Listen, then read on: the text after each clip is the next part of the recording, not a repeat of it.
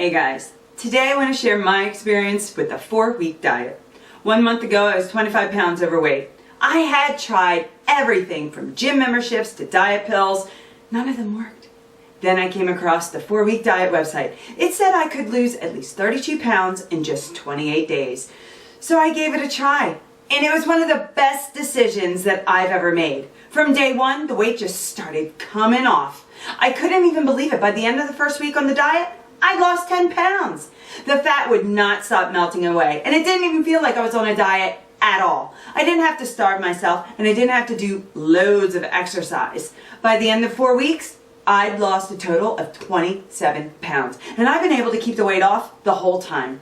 I feel healthier, slimmer, and now I can show my body to anyone without feeling embarrassed.